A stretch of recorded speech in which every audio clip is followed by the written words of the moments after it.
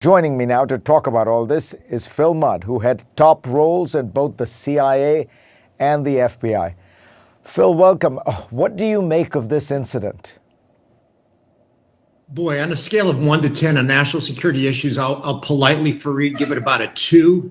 This says a lot more about the inability of Washington and Congress and the White House to talk about relatively insignificant national security issues than it does about intelligence. Look, if the Chinese want to collect photos of America, you can get to Google Earth, you can get a Chinese secret satellite. If they want to intercept communications, they can do it with satellites. I would agree that there are certain advantages a balloon would have.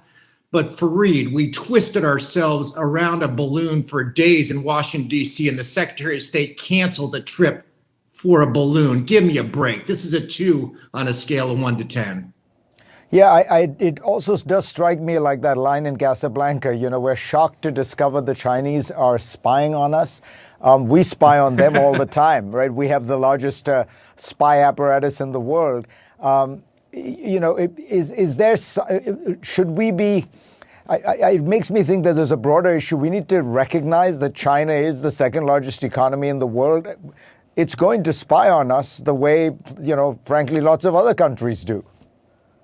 Well, I think what we need to recognize is that typically in the past, you go back 20, 30, 40, 50 years, when there are conversations in the Congress with the White House, politics stops at the shores. The conversation here should not be about a potential threat to China. The FBI should be able to evaluate what that balloon collected, but I'd be surprised if it's incredibly sensitive. The conversation should be, why can't the White House sit down with Congress for 10 minutes and say, look, what are we going to do about this? And why can't the White House simply say we're going to shoot it down, which they might have done. I would say one more thing, which hasn't been discussed.